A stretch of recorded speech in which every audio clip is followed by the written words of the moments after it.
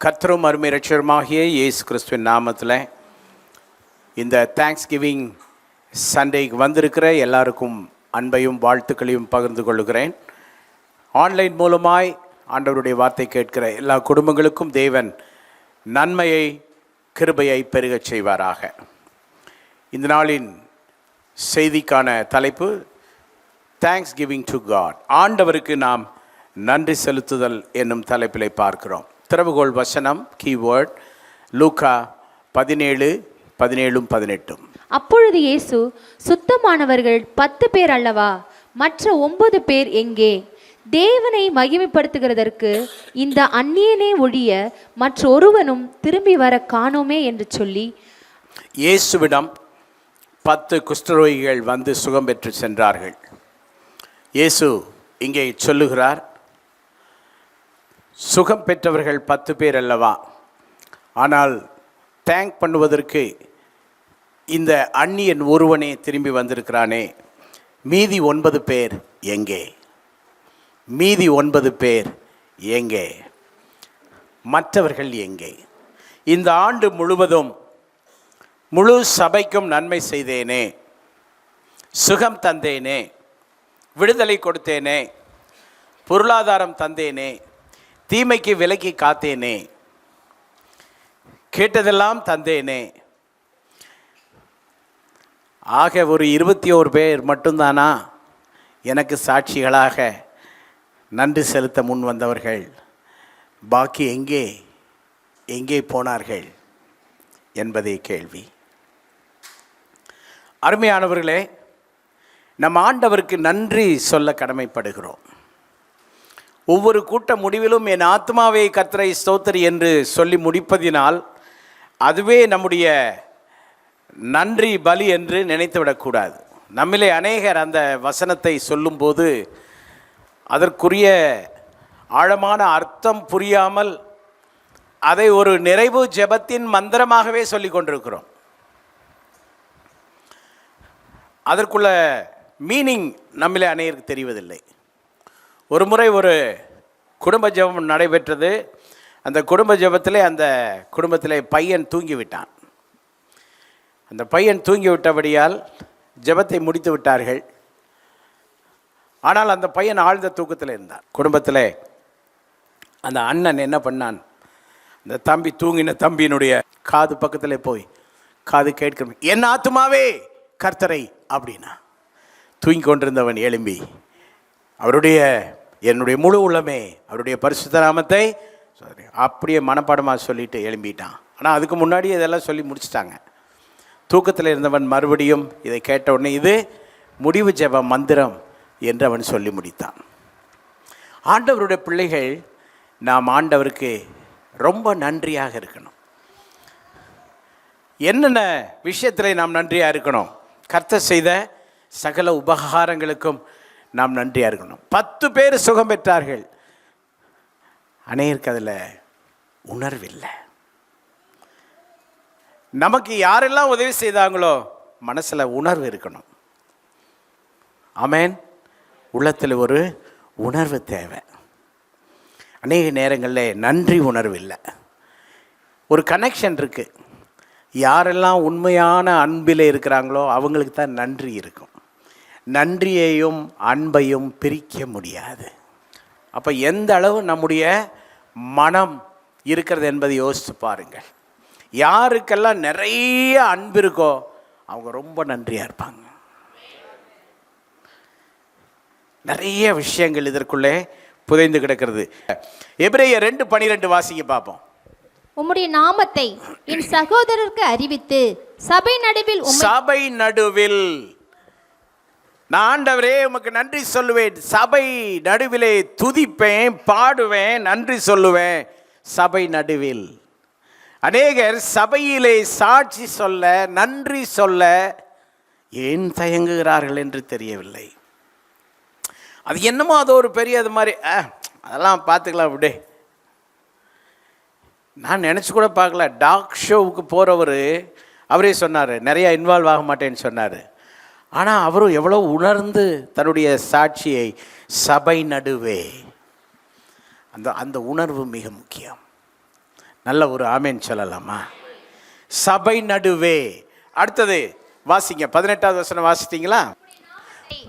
என் சகோதரருக்கு அறிவித்து சபை நடுவில் உம்மை துதித்து பாடுவேன். என் சகோதரருக்கு அறிவித்து சபை நடுவில் உம்மை என்ன செய்வேன்? துதித்து பாடுவேன். சங்கீதம் 22:22 என்ன சொல்கிறது பாருங்க வேகமாக. உம்முடைய நாமத்தை என் சகோதரருக்கு அறிவித்து, உம்முடைய நாமத்தை என் சகோதரருக்கு அறிவித்து சபை நடுவில் உம்மை துதிப்பேன். சபை நடுவில் உம்மை துதிப்பேன். எல்லாரும் கையொத்தி சொல்லுங்க, சபை நடுவில் உம்மை துதிப்பேன் சொல்லுங்க.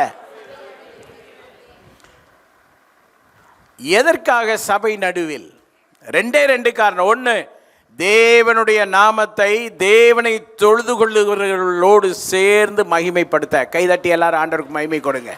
நமக்கு ஆண்டவர் செய்கிற சிறிதும் பெரிதுமான காரியங்களிலே சபை நடுவிலே அனைத்து மக்களோடு சேர்ந்து, அந்த சகோதரி உமா ஒரு சாட்சி சொன்னாங்க, 1.5 வருஷமா கடைசியிலே அவங்க மனம் வெறுத்து போய், என்ன ஆண்டவர், அவங்க அம்மா சர்ச்சுன்னு வந்து என்ன ஆச்சு, இது தேவையா எங்களுக்கு என்ற அளவுக்கு ஆயிட்டாங்க. அந்த செய்தியை கேள்விப்பட்ட உடனே சகோதரி பியூலா போய் அன்னைக்கே அவர்களை சந்தித்து ஜெபிச்சாங்க. அப்புறம் எங்களுக்கு தகவல் கொடுத்தாங்க. நாங்கள் போய் ஜெபம் பண்ணோம். என்னதான் பிரச்சனை? ஜெபம் பண்ணாலும் சரியாகலை, டாக்டர்கிட்ட போனாலும் சரியாகலை. என்னையா அது? முழு மினிஸ்ட்ரி டீமும் போய் ஜெபம் பண்ணோம். இது ஒரு பக்கம். என்னுடைய ஒய்ஃப் மெடிக்கல்ல இருந்து வந்ததுனால, அவங்க நர்ஸாக இருந்து வந்ததுனால அவங்கள எப்போதுமே கொஞ்சம் மெடிக்கல் புத்தி வேலை செய்துகிட்டே இருக்கும். அப்போ அவங்க இது எப்படின்னு யோசித்து அந்த பிள்ளையை கூப்பிட்டு எங்களுடைய செலவுலையே எந்தெந்த டாக்டர்கிட்ட கொண்டு போக முடியுமோ எங்கள் ஜீப்லேயே கொண்டு போய் நாங்கள் 2 பேருமே போய் நின்று பார்த்து எங்களால் என்ற காரியங்களை செய்தோம். எல்லாம் நார்மல். அப்புறம் மறுபடியும் வந்து என்னுடைய மனைவி தொடர்ந்து ஜெபிச்சுக்கிட்டே இருந்தாங்க. என்ன ஜெபம்னா, ஆண்டவரை வெளிப்படுத்துங்க ஆண்டவரே, அவளுக்கு என்னதான் பிரச்சனை, பாவம் கல்கத்தா சொந்த ஊர், இங்கே வந்து குடியிருக்கிறாங்க. இவங்களுக்கு எல்லாத்துக்கும் எல்லாம் யார்? சபை தான், நாங்கள் தான். ஆண்டவரே வெளிப்படுத்துங்க, ஒரே ஜெபம். அப்புறம் லேசாக ஒரு க்ளூ ஆண்டவர் கொடுத்தாரு. இன்னொரு டெஸ்ட் பண்ணால் பரவாயில்லன்னு இவங்களே ஒரு ஆளை ஏற்பாடு பண்ணி இன்னொரு டெஸ்ட்டுக்கு அனுப்பி அந்த டெஸ்ட் எடுத்து பார்த்து, இவங்க தான் டாக்டர் மாதிரி எல்லாம் ஃபோன்லேயே பேசிடுவாங்க. அது என்ன சொல்லுது, டெஸ்ட்டை சொல்லுங்கள் எல்லாம் கேட்டுட்டு, அப்படியா அதுலேயும் நார்மலா? அந்த டெஸ்ட் எடுக்க போன இடத்துல தான் ஒரு டாக்டரை பற்றி தகவல் கொடுத்தாங்க. இந்த டாக்டர்கிட்ட போங்க. அந்த டாக்டர்கிட்ட போன பொழுது தான் யூரினில் பாக்டீரியா கூடுனதுனால இந்த பிரச்சனை. கரெக்டாக மருத்துவம் எடுத்து இன்னைக்கு சுகமாக இருக்கிறாங்க. இந்த மாதிரி பெற்ற அற்புதங்களை சபை நடுவே சாட்சி சொல்லணுமா வேண்டாமா? கைதட்டி ஆண்டவருக்கு மகிமையை கொடுங்க. சபை நடுவே சபை மக்களுடைய ஜெபம் இருக்குது. இங்கே இருக்கிற ஒவ்வொருவரும் கவனிக்கிறோம். நீங்கள் ஏதோ தனியாக அனாதையாக வாழ்கிறீங்கன்னால நினச்சிட்டு கூடாது. நிறைய பேர் நம்ம ஜெபத்தில் மட்டும்தான் நம்ம வாழ்கிறோன்னு அப்படியெல்லாம் நினைக்காதீங்க. நம்ம எல்லாருக்காக அநேகருடைய ஜெபம் உதவியாக இருக்குது. உங்களுக்கு நான் ஜெபிக்கிற மாதிரி எனக்கு நீங்கள் பண்ணுற ஜெபத்தில் தான் நம்ம வண்டி ஓடுது. ஒரு ஆமேன்னு சொல்லலாமா? அப்போ ஒருவர் சார்ந்து வாழ்கிறோம். தேவ கிருபையில், மனுஷர் தயவில். சிலலாம் டோன்ட் கேர் மேஸ், எவனுமே தேவையில்லை போடா அப்படின்ற மாதிரி ஓட்டம். அப்படியெல்லாம் ஓட முடியாது. சபை நடுவில் கர்த்தர் செய்த நன்மைகள் இந்த வருஷம் முழுவதும் சபை நடுவில். இங்கே பாருங்க, உங்கள் ப்ரேயர் கார்டெல்லாம் போட்டு யார் பெற்ற பிள்ளைகளோ வந்து அழுது ஜெபிக்குதே, நீங்கள் கூட உங்களுக்காக ரொம்ப ஜெபிக்க மாட்டீங்க. ஆனால் யார் பெற்ற பிள்ளையோ இங்கே வந்து சிஎல்சிசியில் நீங்கள் மெம்பர் ஆகிட்டீங்கன்ற காரணத்துக்காக ஜெபம் பண்ணுறாங்களே, யோசிச்சு பார்த்தீங்களா? சர்ச்சில் ஒரு முறை ஒரு அம்மா சிக்காயிட்டாங்க, படுக்க. நானும் ஒய்ஃபும் போய் அவங்களுக்காக ஜெபம் பண்ணோம், கண்ணீரோடு ஜெபம் பண்ணோம். முடிஞ்ச பிறகு அவங்க பிள்ளைங்களெல்லாம் அந்த அம்மா கூப்பிட்டு உட்கார வச்சாங்க. அவங்க இப்படி தான் சொன்னாங்க, யார் பெற்ற பிள்ளைகளோ எனக்காக அழுது ஜெபிக்குது, என்னைக்கால ஒரு நாள் ஆயிலும் நீங்கள் எனக்காக அழுது ஜெபம் பண்ணிங்களாடான்னு கேட்டாங்க. உண்மையா இல்லையா? நம்ம என்ன செய்யணும்? சபை நடுவில் தேவனை மகிமைப்படுத்தணும். ரெண்டாவது குறிப்பு என்ன தெரியுமா? நீங்கள் சொல்கிற சாட்சினால் சபையில் உள்ளவங்களுக்கு விசுவாச பெருக்கம் உண்டாகும். உமாவுக்கு செய்த அற்புதத்தை, கிளமெண்ட்டுக்கு செய்த அற்புதத்தை ஆண்டவர் ஏன் எனக்கு செய்ய மாட்டார்? எனக்கும் அற்புதம் செய்கிற ஆண்டவர் உண்டு என்ற விசுவாச பெருக்கம் எல்லாருக்கும் உண்டாகும். அதுக்காக தான் சபை நடுவே 1 தெசலோனிக்கேயர் 5:16-18 வரை எப்பொழுதும் சந்தோஷமாயிருங்கள், இடைவிடாமல் ஜெபம் பண்ணுங்கள், எல்லாவற்றிலும் ஸ்தோத்திரம் செய்யுங்கள். இடைவிடாமல் ஜெபம் பண்ணுங்கள், எல்லாவற்றிலும் ஸ்தோத்திரம் செய்யுங்கள். எல்லாவற்றுக்காக என்ன பண்ணுங்க? நன்றி சொல்லுங்க. இந்த வருஷத்துல வந்த எல்லா ஏற்றத்தாழ்வு, எல்லா விஷயங்களுக்காக நன்றி சொல்லுங்க. சங்கீதம் 103:1-4 முடிய. என் ஆத்துமாவே கர்த்தரை ஸ்தோத்திரி, என் முழு உள்ளமே அவருடைய பரிசுத்த நாமத்தை ஸ்தோத்திரி. என் ஆத்துமாவே கர்த்தரை ஸ்தோத்திரி, அவர் செய்த சகல உபகாரங்களை மறவாதே. அவர் உன் அக்கிரமங்களை எல்லாம் மன்னித்து உன் நோய்களை எல்லாம் குணமாக்கினதற்காக உன் பிராணனை அழிவுக்கு விலக்கி மீட்டு கொண்டதற்காக உன்னை கிருபையினாலும் இரக்கத்தினாலும் முடிசூட்டினதற்காக என் ஆத்துமாவே கர்த்தரை ஸ்தோத்திரி. ஹல்லேலூயா. சபை நடுவே சபை முக்கியம். சபையில் நீங்கள் அங்கமாக இருக்கிறது முக்கியம். சபையில் பிற அங்கத்தினரோடு சேர்ந்து ஆராதிப்பது முக்கியம். அவர்களோடு கூட சேர்ந்து கர்த்தரை மகிமைப்படுத்துறது முக்கியம். மற்றவர்களுடைய பக்தி விருத்தி உங்கள் வாழ்க்கையின் சாட்சியினால முக்கியம். இது எல்லாத்தையும் வச்சு தான் சபை நடுவே ஆண்டவர் என்ன செய்யணும்? மகிமைப்படுத்த வேண்டும். கொலோசியர் 2:6-7 வாசிக்கலாம். ஆகையால் நீங்கள் கர்த்தராகிய கிறிஸ்து இயேசுவை ஏற்றுக்கொண்டபடியே அவருக்குள் வேர்கொண்டவர்களாகவும் அவர் மேல் கட்டப்பட்டவர்களாகவும் அவருக்குள் நடந்து கொண்டு நீங்கள் போதிக்கப்பட்டபடியே விசுவாசத்தில் உறுதிப்பட்டு ஸ்தோத்திரத்தோட அதில் பெருகி. விசுவாசத்திலே உறுதிப்பட்டு ஸ்தோத்திரத்தோட என்ன செய்யணும்? ஸ்தோத்திரத்திலே பெருகணும். நன்றி சொல்லுவதிலே பெருகணும். 1000 ஆட்டை ஆடினாலும் காரியத்தில் எப்படி இருக்கணும்? கரெக்டாக இருக்கணும். பக்கத்தில் உள்ளவங்க பார்த்து சொல்லுங்க, காரியத்தில் கரெக்டாக இருந்து பழகுங்க. என்ன காரியம்? கர்த்தருடைய விஷயந்தான் காரியம். நல்ல ஒரு ஆமேன் சொல்லாமா? எல்லாத்தையும் ஆண்டவரிடத்தில் நன்மையை பெற்ற நாம் அவருக்கு ஒரு சாட்சி சொல்லக்கூடாதா? அவரை மகிமைப்படுத்தக்கூடாதா? நன்றி நிறைந்த உள்ள நமக்கு வேண்டுமா வேண்டாமா? ஹல்லேலூயா.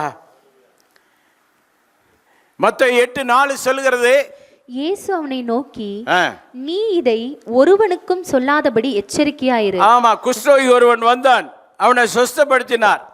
சொஸ்தப்படுத்தி சொன்னார், நீ இதை ஒருவருக்கும் சொல்லாதபடிக்கு எச்சரிக்கையாயிரு. ஆயினும் அவர்களுக்கு சாட்சியாக நீ போய் ஆசாரியனுக்கு உன்னை காண்பித்து மோசே கட்டளையிட்ட காணிக்கையை செலுத்து என்றார். Jesus connect him with synagogue. சினகாக்கு போக சொல்றார். நம்ம பாஷையில சொன்னா, கர்த்தர் உனக்கு செய்த நன்மை விஷயத்துக்கு நீ வெளியில சொல்றியோ சொல்லலையோ, நீ சர்ச்சுக்கு போய் சொல்லு. சர்ச்சில் எம்டி ஹேண்டா சொல்லாத. மோசே கட்டளையிட்ட கொடுப்பதற்கென்று தேவன் கொடுத்த கட்டளையை நிறைவேற்று. ஐயா, ஒரு நன்றி காணிக்க செலுத்தி பழகு. எவ்வளவு நன்மைகள், எவ்வளவு பெரிய விஷயங்கள். நீ பங்கு பெறுகிற சபைக்கு உன்னுடைய ஒரு நன்றி காணிக்க, ஒரு பொருத்தனை காணிக்க. ஏன்னா ரேஷன் அளவுலையே யோசிக்கக்கூடாது. தேவனுக்கு கொடுக்குற விஷயங்கள் உதாரத்துவமாக. ஆந்திராவிலே முன்னாள் முதலமைச்சருடைய மனைவி, அந்த முன்னாள் முதல்வர் ஒரு ஆக்சிடெண்ட்டில் தப்பிச்சிட்டார். அந்த முதலமைச்சருடைய மனைவி போய் தாலி கீழி எல்லாத்தையும் தானமாக நிறைய கோல்டு ஆஃபரிங் அள்ளி கொட்டிட்டு வந்துட்டாங்க. மேட்ரு என்னன்னா, எல்லாத்தையும் போட்டாங்க. அதுதான் மேட்ரு. கர்த்தர் எவ்வளோ நன்மை ஏதாவது நம்ம போட்டிருக்கோமா?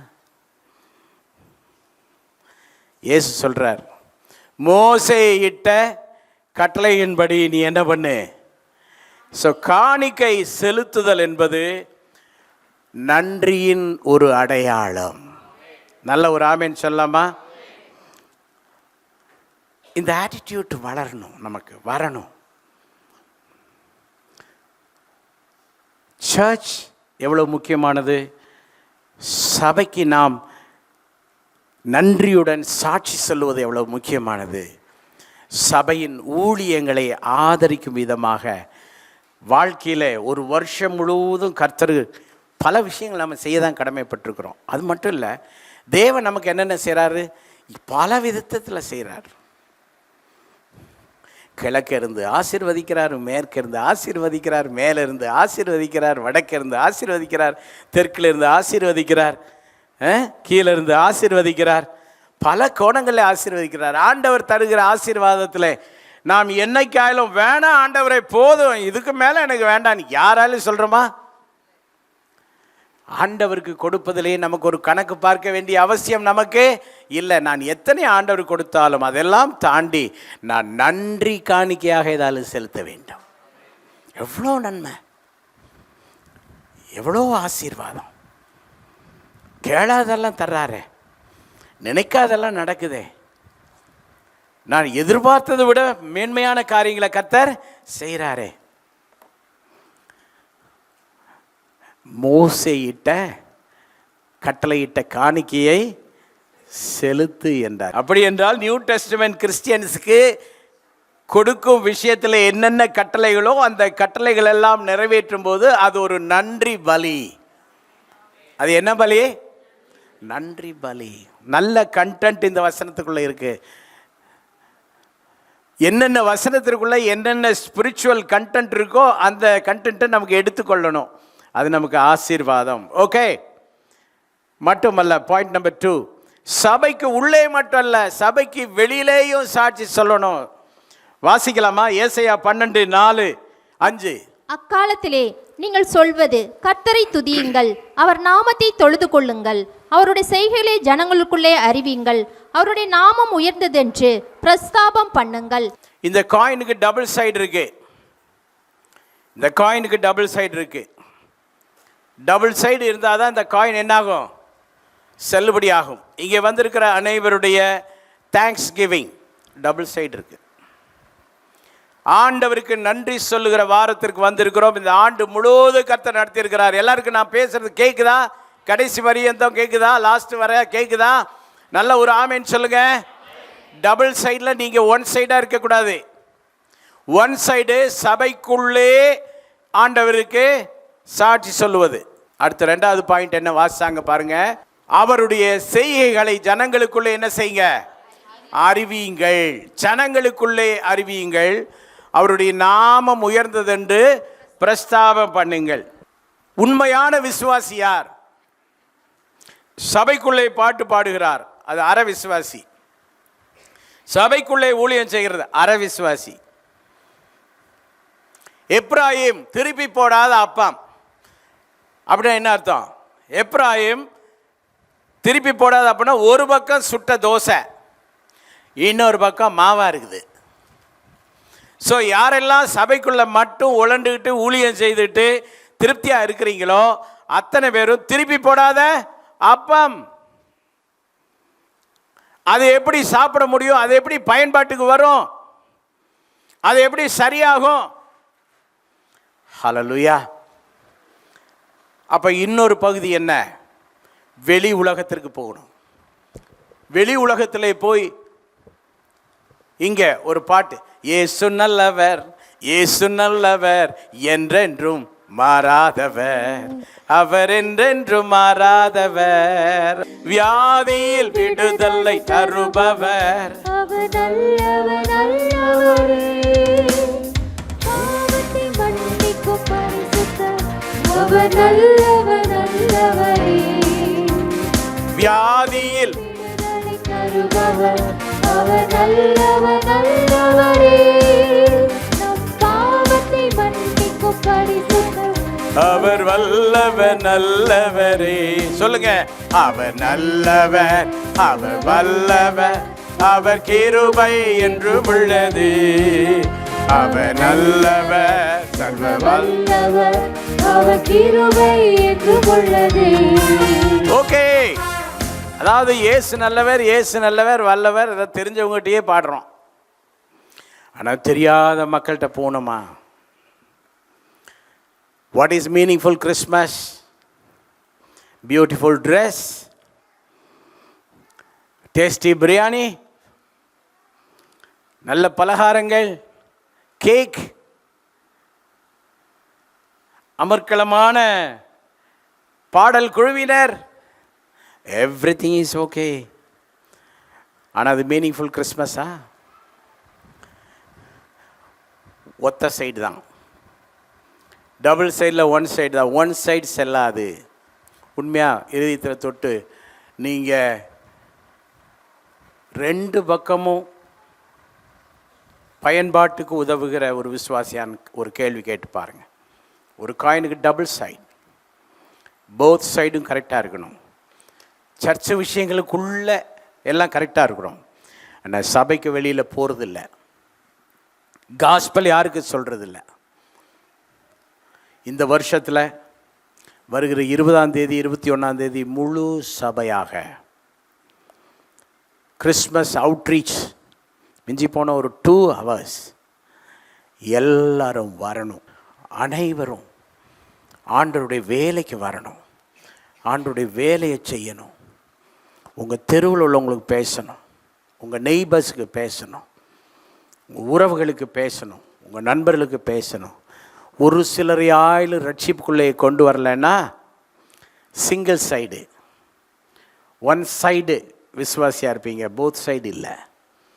ஆனால் ஆண்டவர் நம்மளை போத் சைடும் உருவாக்க விரும்புகிறார். எத்தனை பேர் ஒரு ஆமீன் சொல்ல முடியும்? மத்தேயு 28:19 ஆகையால் நீங்கள் புறப்பட்டு போய் சகல ஜாதிகளையும் சீஷராக்கி பிதா குமாரன் பரிசுத்த ஆவியின் நாமத்திலே அவர்களுக்கு ஞானஸ்தானம் கொடுங்கள். சிலருக்கு ஞானஸ்தானம் கொடுக்கிற அளவுக்கு நம்ம வேலை செய்ய வேண்டும். ஆமென். சிலருக்கு ஞானஸ்தானம் கொடுக்கிற அளவுக்கு நம்ம வேலை செய்யணும். மினிஸ்ட்ரி டீம், நீங்கள் எல்லாம் மினிஸ்ட்ரி டீமில் இருக்கிறனால கர்த்தருக்கு நிறைய கணக்கு கொடுக்கணும். ஒவ்வொரு திருச்சபை மக்களும் ஆண்டவருக்கு நிறைய நம்ம கணக்கு கொடுக்கணும். என்ன கணக்கு? நம்ம எத்தனை பேருக்கு ஆண்டவருடைய அன்பை சொன்னோம், ஞானஸ்தானம் வரைக்கும் ஆயில் வழி நடத்தினோம். ஹல்லேலூயா.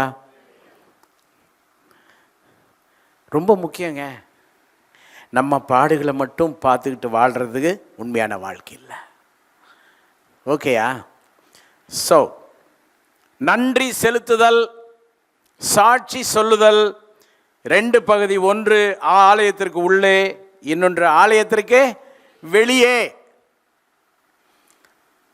சிலர் ஆலயத்துக்கு வெளியில் வேலை செய்வாங்க, ஆலயத்துக்கு உள்ளே ஒழுங்காக இருக்க மாட்டாங்க. சிலர் ஆலயத்துக்குள்ளே ரொம்ப நல்லா இருப்பாங்க, ஆலயத்துக்கு வெளியிலே போக மாட்டாங்க. இதுவும் குறைபூரணம், அதுவும் குறைபூரணம். ஆனால் ஆண்டவர் சம்பூரணத்தை பார்க்க விரும்புகிறார்.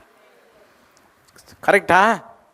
ஸோ சம்பூர்ணமாய் நடந்து கொள்ள வேண்டும் என்றால் 2ஐயும் நிறைவேற்ற வேண்டும். ரைட். குறிப்பு 3, தேங்க்ஸ் டு பாஸ்டர். நிறைய பேர் சாட்சியில் பாஸ்டர் ஜெபம் பண்ணாங்க, கைட் பண்ணாங்கன்னு தேங்க் பண்ணீங்க. அது கர்த்தர் எங்களுக்கு கொடுத்த ஊழியம். That's also important. உங்களை வழிகாட்டுகிற உங்களுடைய போதகருக்கு நீங்கள் என்ன பண்ணணும்? தேங்க்ஃபுல்லாக இருக்கணும். வாசிக்கலாம் அப்போஸ்தலர் 16:15. அவளும் அவள் வீட்டாரும் ஞானஸ்தானம் பெற்ற பின்பு அவள் எங்களை நோக்கி, நீங்கள் என்னை கர்த்தரிடத்தில் விசுவாசமல் உள்ளவள் என்று எண்ணினால் என் வீட்டிலே வந்து தங்கியிருங்கள் என்று எங்களை வருந்தி கேட்டுக்கொண்டாள். பவுல் ஞானஸ்தானம் கொடுக்கிறார் லீதியாவுக்கு. லீதியா தான் ஃபர்ஸ்ட் கன்வெர்ட் ஃப்ரம் யூரோப். முழு யூரோப்பியன் கண்ட்ரி இன்னைக்கு கிறிஸ்டியனாக இருக்குதுன்னா ஒரு நன்றி உள்ள விசுவாசியால் தான் செய்ய முடியும். நிறைய விசுவாசிகளுக்கு நன்றி இல்லை, தேவனிடத்திலே நன்றி இல்லை, ஊழியக்காரிடத்தில் நன்றி இல்லை, குடும்பத்தினரிடம் நன்றி கிடையாது, யாரெல்லாம் உதவி செய்தாங்களோ அதை நினச்சி கூட பார்க்கறது கிடையாது. அநேகருக்கு என்ன செய்தாலும் சீனு தூக்கி போட்டு போயிடுவாங்க. அவங்களுக்கு நன்றின்றதே துளி கூட கிடையாது. காரணம் என்ன? அன்பு இல்லை. திரும்ப திரும்ப சொல்கிறேன், வாழ்க்கையின் அனுபவத்திலிருந்து சொல்கிறேன், யாரெல்லாம் கடவுள் மேலே ரொம்ப அன்பாக இருக்கிறாங்களோ, யாரெல்லாம் தெய்வீக அன்பினால் நிரப்பப்பட்டிருக்கிறாங்களோ அவங்க ரொம்ப நன்றியாக இருப்பாங்க. இந்த அம்மா லிதியாவுக்கு பவுல் என்ன பண்ணுறாரு, ஞானஸ்தானம் கொடுக்குறாரு. அது அந்த சம்பவத்தை அப்படியே வாசித்து பார்த்தீங்கன்னா, அவள் எங்களை நோக்கி, நீங்கள் என்னை கர்த்தரிடத்தில் விசுவாசம் உள்ளவள் என்று எண்ணினால் என் வீட்டிலே வந்து தங்கியிருங்கள் என்று she invite them to her home. So hospitality, உபசரிப்பு என்று சொல்லுவது நன்றியின் ஒரு வெளிப்பாடு. உங்களுக்கு ஊழியம் செய்கிற ஊழியர்களை உங்கள் இல்லங்களுக்கு அழைப்பதும் உபசரிப்பதும் நன்றியின் ஒரு வெளிப்பாடு. இயேசு அடிக்கடி மார்த்தாள் மரியாள் வீட்டிலே போய் தான் சாப்பிட்டுட்டு ரிலாக்ஸ் பண்ணினார். அந்த குடும்பம் இயேசுவிட ரொம்ப நன்றியை காட்டினார்கள். சமீபத்திலே பாஸ்டர் வசந்த் அவர்களை நாம் அழைத்த போது, நாங்கள் வழக்கமாக எல்லாரையும் தங்க வைத்து எல்லாவற்றையும் பார்ப்பது எங்களுடைய வழக்கம். ஆனால் அந்த டைமில் என்னுடைய மனைவி சரீர பிரகாரமாக கொஞ்சம் வீக்காக இருந்ததுனால நாங்கள் யோசித்து கொண்டிருந்தோம். அப்பொழுது உஷா, எங்களுடைய ஆவிக்குரிய தகப்பன் வருவது எங்களுக்கு மிக்க மகிழ்ச்சி, ஆகவே நாங்கள் எங்கள் வீட்டிலே வைத்து பார்த்து கொள்ளலாமா பாஸ்டர்? மிகுந்த மகிழ்ச்சியோடு அவர்கள் தங்களுடைய போதகரை தங்கள் இல்லத்திற்கு அழைத்து வைத்து எங்களுக்கு எந்த துளி கூட சிரமம் இல்லாதபடிக்கு எல்லாம் பார்த்து பெஸ்ட்டாக கவனித்து அனுப்புனாங்க. அது என்னன்னா, அவர்களை வழி நடத்தின அந்த ஊழியக்கார குடும்பத்தின் பேரில் இருக்கிற அன்பு மட்டுமல்ல, நன்றி. ஸோ எந்தெந்த குடும்பங்கள் சொந்த ஊழியக்காரர்களை உபசரிப்பதற்கென்று அழைக்கிறார்களோ அது அன்புக்கு அதிகமான நன்றியின் வெளிப்பாடு. தமிழ்நாட்டில் ஒரு ஊர், அந்த ஊர் பேரை நான் சொல்ல மாட்டேன், பயங்கரமானவங்க அந்த ஊருக்காரங்க. இப்போ நாங்கள்லாம் எங்கே போனாலும் வந்தாலும் எல்லாரையும் கூப்பிடுவோம், உபசரிப்போம், பயங்கரம் பண்ணுவோம். ஆனால் அந்த ஊருக்காரங்க உபசரிப்பை பெற்றுக்கொள்வானுங்களே ஒழிய யாரையும் வீட்டு பக்கமே கூப்பிட மாட்டாங்க. என்ன, நான் உங்கள் ஊர் பேர் சொல்கிறேன்னு சந்தேகம் வந்துருச்சா? ஆனால் அந்த ஊர் பேர் சொல்ல மாட்டேன், யாரையும் கூப்பிட மாட்டாங்க. என்னென்னா, அவங்க ரொம்ப விவரமான ஆட்களாம், ரொம்ப விவரமாக. நான் சொல்கிறேன் உங்களுக்கு, அன்பு எங்கே இருக்கிறதோ அங்கே நன்றி இருக்கும். ஹல்லேலூயா. நீங்கள் உங்கள் குடும்பத்திலே அன்பும் நன்றியும் நிறைந்த வாழ்க்கை வாழ்ந்தால் அதற்குள்ளே வளர்கிற உங்களுடைய பிள்ளைகள் மிகவும் அன்பும் நன்றி உள்ள பிள்ளைகளுமாய் வளருவார்கள். நல்ல ஒரு ஆமேன் சொல்லுங்க. எங்களுக்கெல்லாம் அப்படி கிடைச்சதுக்கு என்ன காரணம்? எங்கள் பெற்றோர் அப்படி இருந்தாங்க. ஐயோ, எங்கள் அம்மா இருக்காங்களே, அது அந்த காலத்து பழக்கம். யாராலும் வந்தாங்கன்னா 1 மாதம் தங்கிட்டு போங்கன்னு கேட்பாங்க. நம்மெல்லாம் ஒரு நாள் யோசிப்போம்ல. எங்கள் அம்மாவுடைய அண்ணன் மகன் வந்தான். எங்கள் அம்மா சொன்னாங்க, இருடா தம்பி, 1 மாதம் இருந்துட்டு போடா தம்பினா. எங்கள் அம்மா சொன்னாங்க. எங்கள் தம்பி கேட்டான், அம்மா என்ன சொல்கிறீங்க, 1 மாதமா? ஏன்னா 1 மாதம் ஒரு டவுனுக்குள்ளே, ஒரு சிட்டிக்குள்ளே வச்சு ஒரு ஆளை வச்சு கொண்டு போகணுன்னா எவ்வளவு செலவு. ஆனால் எங்கள் அம்மா காலத்தில், அவங்க வாழ்ந்த காலத்தில் அவங்களுக்கு வயக்காடு இருந்துச்சு, நெல் விளைஞ்சுது, அவங்க வீட்டு வசதி. அதை மனசில் வச்சுட்டு இப்போ பேசுனா நடைமுறைக்கு ஒத்து வருமா? நானும் எங்கள் அம்மாட்ட சொன்னேன், அம்மா இப்போ விற்கிற விலைவாசிக்கு இது என்னம்மா இது இப்படி பேசிகிட்டு இருக்கீங்கன்னா, சும்மாறா எங்கள் அண்ணன் மகண்டாவேன் அப்படின்னாங்க. சரி, அது போட்டோம். 1 மாதம் உபசரிப்பெல்லாம் வேண்டாம். அந்த எலிசபெத் யார், மரியாள் யார் வீட்டுக்கு போனாங்க? பேசுங்க. எத்தனை மாதம் தங்கினாங்க சொல்லுங்க? உங்கள் வீட்டுக்கு 3 மாதம் ஒரு விசுவாசி வந்தால் வச்சு எத்தனை பேர் கொண்டு போவீங்க? இந்த வீட்டுக்கு கூப்பிடுறது உபசரிக்கிறதுனாலே சிலர் சோகம். ஆனால் நான் உங்களுக்கு சொல்லுகிறேன், விசுவாசிகளுக்கு உபசரிக்கும் பழக்கம் ரிச்சா இருக்கணும். பக்கத்தில் உள்ளவங்களை பார்த்து நச்சுன்னு சொல்லுங்க. பேசுங்க, வாய் திறந்து பேசுங்க. ரிச்சா இருக்கணும்னு சொல்லுங்க. நீங்க எவ்வளவு உபசரிக்கிறீங்களோ அவ்வளவு ஆத்துமாதாய வீரர்களாவீங்க. ஆபிரகாம் மரத்தடியிலே கண்ட அவருடைய கெஸ்ட்டை பார்த்துட்டு வீட்டுக்கு கூட்டிகிட்டு போய் அவர் எப்படி சமையல் செய்யறதுக்கு பிளான் பண்ணார்? யாரால் வேகமாக சொல்லுங்க. கொளுத்த, சரி, பைய தூக்கிட்டு கொளுத்த கன்று ஒரு 100 கிராம் வாங்க போனாரா, இல்லை ஒரு கன்றே அடிச்சாரா? மனசு எப்படி இருந்துச்சு? மனசு அப்படி ப்ராடாக இருந்துச்சு, பெரிய மனசு. நீங்கள் பெரிய மனசோட இருந்தீங்கன்னா எல்லாம் நல்லாகும். நல்ல கரங்களை அசைச்சு ஒரு வேவ் ஆஃபரிங் கொடுங்க ஆண்டவருக்கு. எல்லாம் நலமாய் மாறும். ஹல்லேலூயா. எல்லாத்தையும் ஆண்டவர் சிறப்பானதாக என்ன செய்வார்? மாட்டி தருவார். ஒரு காஃபி கொடுக்க ஏன் யோசிக்கிறீங்க? ஒரு கிளாஸ் தண்ணி கொடுக்க ஏன் யோசிக்கிறீங்க? கோட்டயம் என்ற பட்டணத்தில் நான் ஊழியத்துக்கு போயிருந்த பொழுது அங்கே ஒருத்தர் சொன்னார், നിങ്ങളുടെ പാസ്റ്ററെ, ഒരു ആട്ടോക്കാരൻ சொல்கிறான், പാസ്റ്ററെ നിങ്ങളുടെ പെന്തിക്കാസ്റ്റിൽ ആൾക്കാരുണ്ടല്ലേ, പച്ചവെള്ളം പോലും ആർക്കും കൊടുക്കത്തില്ല കേട്ടോ. என்ன எப்படி சொல்கிறீங்க? ഇവിടുത്തെ വിശ്വാസികളുണ്ടല്ലേ നിങ്ങളുടെ പച്ചവെള്ളം പോലും ആർക്കും തരത്തില്ല. പിന്നെ പറയാൻ വരും കർത്താവ് സ്നേഹിക്കുന്നെന്ന്. ആർക്ക് വേണം കർത്താവിൻ്റെ സ്നേഹം? அப்படின்னு கொன்னுட்டாங்க. உண்மைதான். நான் உங்களுக்கு சொல்லுவதெல்லாம் நன்றி என்று சொல்லுவது என்ன? உபசரிப்பு. லிதியால் தன்னுடைய பாஸ்டருக்கு பேப்டிசம் கொடுத்த உடனே வீட்டுக்கு வாங்கன்னு ஹாஸ்பிட்டாலிட்டி உபசரிக்கிறாள். எவ்வளவு ஜென்டிலான ஒரு உபசரிப்பு பார்த்தீங்களா? நான் உங்களுக்கு சொல்லுகிறேன், நீங்கள் உங்கள் போதகரை நன்றி செலுத்த வேண்டும் என்றால் ப்ரே ஃபார் ஹிம். யாரெல்லாம் பாஸ்டருக்காக ப்ரே பண்ணுறீங்களோ அது நன்றி செலுத்துவதனுடைய ஒரு அம்சம்.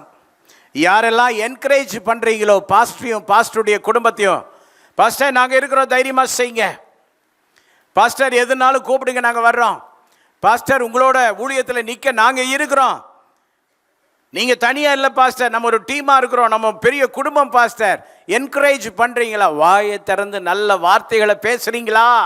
அப்போ நீங்கள் நன்றியாக இருக்கிறீங்கன்னு அர்த்தம். சர்ச்சுக்குள்ளே நிறைய சர்வீஸ் பண்ணுங்க. நீங்கள் பண்ணுற ஒவ்வொரு சர்வீஸும் பாஸ்டருக்கு என்கரேஜ்மெண்ட்டாக மாறும். மட்டும் இல்லை, ரொம்ப ஜெனரஸாக கொடுங்க. தாராளமாக ஊழியக்காரருக்கு தாராளமாக கொடுத்து பழகுங்க. ஆமென். ஊழியரை உற்சாகப்படுத்தணும், ரொம்ப நொறுக்கக்கூடாது. ஊழியர்களுக்கு நிறைய தேவைகள் இருக்கும், ஊழியர்களுக்கு நிறைய அவசியங்கள் இருக்கும். எங்கள் சஃபரிங்க்கு பேர் ராயல் சஃபரிங். ஏன் ராயல் சஃபரிங்? நாங்கள் எங்களுடைய லுக்கு ராயலாகவே தான் இருக்கும். என்னுடைய மகன் சாம் வயிற்றில் இருந்தபோது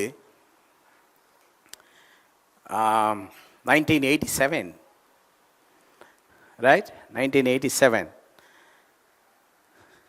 அப்போல்லாம் எங்களுக்கு ஒரு நாள் எப்படி நிறைவேற்றுவோம் என்பதில் நிறையா சவால்கள் இருக்கும். உணவு விஷயத்திலிருந்து தேவைகள் சந்திக்கப்பட்ட ஒவ்வொரு விஷயத்திற்கும் பெரிய சவால். அப்போ மலேசியாவிலிருந்து ஒருத்தர் வந்திருந்தார், ஒரு ஊழியக்காரர். அவர் கல்லனை பார்க்க ஆசைப்பட்டார், கூட்டிகிட்டு போனேன். நான் ஒரு பெல்ட் ஒன்று போட்டிருந்தேன். அந்த பெல்ட்டில் ஒரு கோல்டு செயின் மாதிரி ஒரு செயின் தொங்கும். அவர் என்னை பார்த்து சொன்னார், உங்களை பார்த்தா வைர வியாபாரி மாதிரி இருக்கு, உங்களை பார்த்தா வைர வியாபாரி மாதிரி இருக்கு. அன்றைக்கி நைட் அவருக்கு சாப்பாடு கொடுக்கறதுக்கு வீட்டில் அரிசி இல்லை. ஆனால் நம்ம லுக் எப்படி அதான் சொன்னேன், ராயல் சஃபரிங். ஊழியக்காரர்களுக்கு உள்ள பிரச்சனைகள், தேவைகள் வெளியில் சொல்ல மாட்டாங்க, சொல்லவும் கூடாது. உன்னதமான தேவனுக்கு ஊழியம் செய்கிற ஊழியர்கள் எப்போதும் ராயலாக தான் இருக்கணும். நல்ல வாயை திறந்து ஒரு ஆமேன்னு சொல்லுங்கள். உடனே இப்படி வந்துடக்கூடாது, நம்மளை விட அவர் நல்லா தானே இருக்கார், என்ன உன்னை விட மோசமாக இருந்தால் அப்புறம் எப்படி உனக்கு பாஸ்டாக இருக்கிறது? நல்லா தான் இருப்பாங்க. ஆனால் ஊழியத்தில் அவங்களுக்கு தாராளமாக அவளுடைய கரங்கள் பலப்படத்தக்க விதத்தில் குறிப்பறிந்து ஊழியங்களுக்கு உதவி செய்ய பழகணும். அது பெரிய ஒரு நன்றி. நல்ல ஒரு ஆமீன் சொல்லாமா? அது மட்டும் அல்ல, கடைசியாக ஒரு குறிப்பு சொல்லி முடிக்கிறேன். சபையை பற்றி நல்ல வார்த்தைகளை பேசணும். சபையை குறித்து நல்ல வார்த்தைகள், உங்கள் வாயால் நல்ல வார்த்தைகள் பேசணும். சபையில் பெற்றுக்கொண்ட நன்மைகள். என்னுடைய மனைவி சரீரத்தில் சுகவீனமான நிலையில் நிறைய பேருக்கு நிறைய சேவைகளை இன்னும் பண்ணிட்டு தான் இருக்காங்க.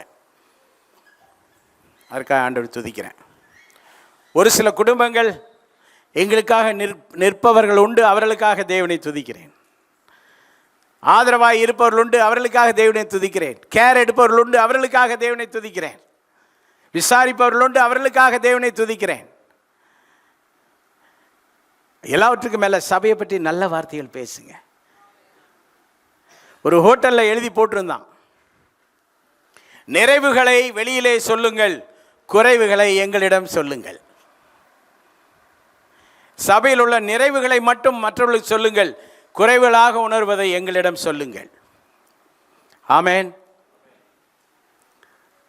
அது பெரிய ஒரு உற்சாகத்தை கொடுக்கும். ஸோ 3 குறிப்புகளை இன்றைக்கு உங்கள் முன் வைத்தேன். நம்பர் 1,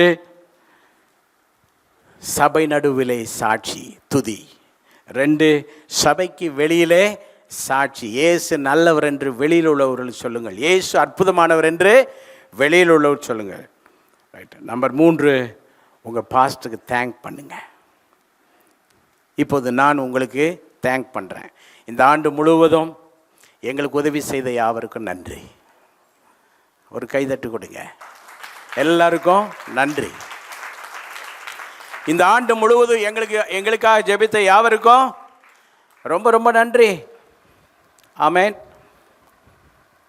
இந்த ஆண்டிலே நேராகவோ ஏதோ விதத்தில் நான் பேசும்போது எங்கேயாயிலும் நீங்கள் காயப்பட்டிருந்தால் I am so sorry for that. சில நேரங்களிலே குறைவுகளை கண்டால் ஸ்பாட்டில் ஃபயர் பண்ணிடுவேன் நான். That's my character, that's my habit. உள்ளதை உள்ளதென்றும் பேச மாட்டீங்களா? சவுண்ட் சிஸ்டம் நல்லா இருந்தால் நல்லா இருந்துச்சு, சூப்பர்டா தம்பி. சவுண்ட் சிஸ்டம் மோசமாக இருந்தால் கிட்ட போய் அறுத்து விட்டுட்டு வந்துடுவேன். I am so sorry for that. அது என்னுடைய வேலை. Please allow me to do my job. என் வேலை செய்ய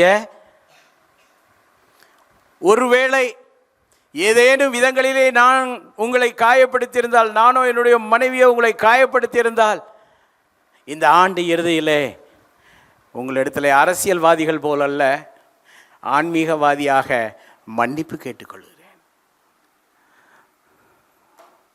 மன்னித்துக் கொள்ளுங்கள். நீங்களும் அதே போல யாரிடமாயிலும் ஏதேனும் நடந்திருந்தால் மன்னிப்பு கேட்டு விடுங்க. அடுத்த ஒரு நல்ல புதிய ஆண்டிற்காக ஒரு நல்ல ஆரம்பம், ஆன்மீக ஆரம்பம், ஒரு செல்ஃப் ப்ரிப்பரேஷன், ரியலைசேஷன் நம்மிலே உருவாகட்டும். ஆமென் சொல்லுங்க. எத்தனை மனிதர்கள் பார்த்தேனையா, எத்தனை மனிதர்கள் பார்த்தேனையா, ஒருவரும் உம்மை போல இல்லையா, நீரின்றி வாழ்வே இல்லை உணர்ந்தேனையா,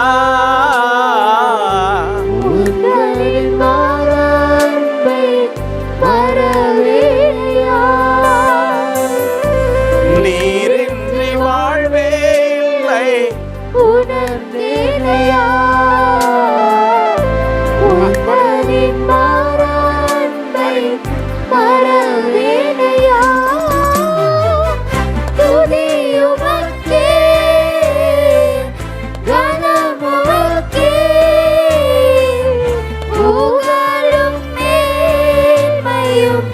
ஒருவருக்கே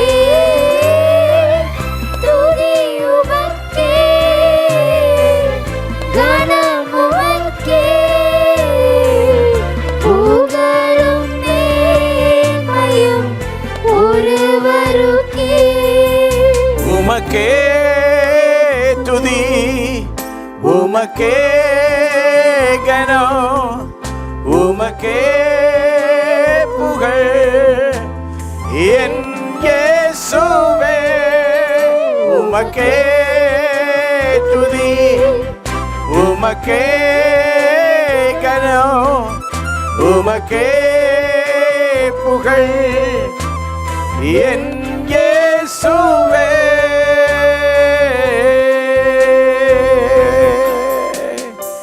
ஜெபிப்போம். அன்பின் ஆண்டவரே, இந்த நாளில் எங்களுக்கு நீர் போதித்த நல்ல வசனங்களுக்காக நன்றி ஆண்டவரே. 10 பேர் நன்மையை பெற்றவர்களே 9 பேர் எங்கே? ஆமா ஆண்டவரே, அந்த 9 பேரிலே ஒருவராக நாங்கள் இருந்தோம் என்றால் எங்களுக்குள்ளே உம்முடைய அன்பை ஊற்றும்.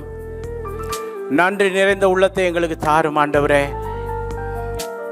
எத்தனை நன்மைகளை இந்த சபையின் மூலம் எங்களுக்கு தந்திருக்கிறீர். சபை எந்த அளவிற்கு எங்களுக்காக ஜெபிக்கிறது, ஜெபிக்கிற ஒரு கூட்டம் மக்கள் எங்களுக்கு உண்டு. வழிகாட்டுகிற ஊழியர் கூட்டத்தை கர்த்தர் எங்களுக்கு வைத்திருக்கிறீர். ஊழியர் குழுவை எங்களுக்கு வைத்திருக்கிறீர். நன்றி ஆண்டவரே. நாங்கள் எல்லாவற்றிலும் உமக்கு நன்றியாக இருக்கவும், சபை நடுவில் பக்தி விருத்திக்காக நாங்கள் கிரியை செய்பவர்களாகவும் உம்முடைய நாமத்தை ஒருங்கிணைந்து மகிமைப்படுத்த எங்களுக்கு உதவி செய்யும் ஆண்டவரே. பெற்றுக்கொண்ட நன்மைகளை இயேசு நல்லவர் என்று உள்ளே மட்டும் சொல்லாமல் வெளியிலேயும் சொல்ல எங்களுக்கு உதவி செய்யும். வெளி மக்களுக்கு விசேஷமாக இந்த கிறிஸ்மஸ் காலத்தில் அப்படி நடக்க போகிற அவுட்ரீச்சில் நாங்கள் எல்லாரும் பங்கெடுக்க எங்களை ஒப்புக் கொடுக்கிறோம் ஆண்டவரே. என்னோடு கூட சேர்ந்து உங்களுடைய கரங்களை உயர்த்தி இந்த வருஷ கடைசியிலே ஒரு 2 மாலை நேரத்தில் ஆயிலும் வந்து 4 மணி நேர ஊழியத்தில் பங்கெடுக்க ஆண்டவரே கரம் உயர்த்திருக்கிற உடைய பிள்ளைகளை கண்ணோக்கி பாருங்க. அவுட்ரீச்சிலே பயன்பட, சபைக்கு வெளியிலே உள்ளவர்களுக்கு இயேசுவின் அன்பை, கிறிஸ்துவின் பிறப்பை, வாழ்த்துதலை சொல்ல எங்களை சபையாக இந்த நாட்களை பயன்படுத்துங்க என்று அர்ப்பணிக்கிறோம். சபையாக ஊழியம் செய்கிற பாஸ்டர்ஸ்க்கு தேங்க்ஃபுல்லாக இருக்க கர்த்தர் கிருபை செய்யும். நிறைய சபையினுடைய வளர்ச்சிக்காக உற்சாகப்படுத்த எல்லாரையும் பயன்படுத்தும்படியாக ஜெபிக்கிறோம். சிறியோர் முதல் பெரியோர் வரை எல்லாரையும் பயன்படுத்தும், ஆசீர்வதித்து அனுப்பும். சரீர பலவீனம், பலதரப்பட்ட தேவைகளோடு இருக்கிற மக்களுக்காக ஜெபிக்கிறேன். கர்த்தர் தேவைகள் எல்லாம் சந்தியும். இந்த சீசனல் நீட்ஸ் எனக்கு வேணும்னு காத்திருக்கிற மக்களுக்கு அற்புதங்களை செய்யுங்க. யாரெல்லாம் தெய்வ கரத்திலிருந்து ஏதேனும் ஒன்றை பெற்றுத்தான் ஆக வேண்டும் என்ற கட்டாயத்தில் காத்து கொண்டு ஜெபித்து எதிர்பார்த்து கொண்டிருக்கிறார்களோ அவர்களுக்கு ஒரு அற்புதத்தை கர்த்தர் நிகழ்த்தி தாரும். அதிசயங்களை காண பண்ணும் ஆண்டவரே. குறைவுகள் எல்லாம் நிறைவாக்கும்படியாக ஜெபிக்கிறேன். இந்த இடத்தை விட்டு போகும்போது ஒரு மன நிறைவு உண்டாகட்டும், ஒரு சந்தோஷம் உண்டாகட்டும், அன்பு பெருக்க உண்டாகட்டும், நன்றி பெருக்க உண்டாகட்டும். அப்படி ஆசீர்வதித்து அனுப்புவதற்காக நன்றி. மகிமை அப்பாவுக்கு கொடுக்கிறோம் இயேசுவின் நாமத்தில் பிதாவே. Hi everyone, greet you all in the name of Jesus Christ. Thank you for watching our video, and to stay in tune with our regular Sunday services, please do subscribe to our CLCC TV YouTube channel, and also please don't forget to press the bell icon for regular notifications, and also give a thumbs up for our videos if you liked it, and do kindly share our videos with your friends and be blessed. Thank you. எங்கள் CLCC TV சேனலை like பண்ணுங்கள், subscribe பண்ணுங்கள், comment பண்ணுங்கள், உங்களோட ஃப்ரெண்ட்ஸோட share பண்ணுங்கள். Bell பட்டனை press செஞ்சிங்கன்னா எங்களோட வீடியோஸ் எல்லாம் உங்களுக்கு நோட்டிஃபிகேஷன்ஸில் வந்துடும். பார்த்து என்ஜாய் பண்ணுங்கள். May God bless you. Thank you.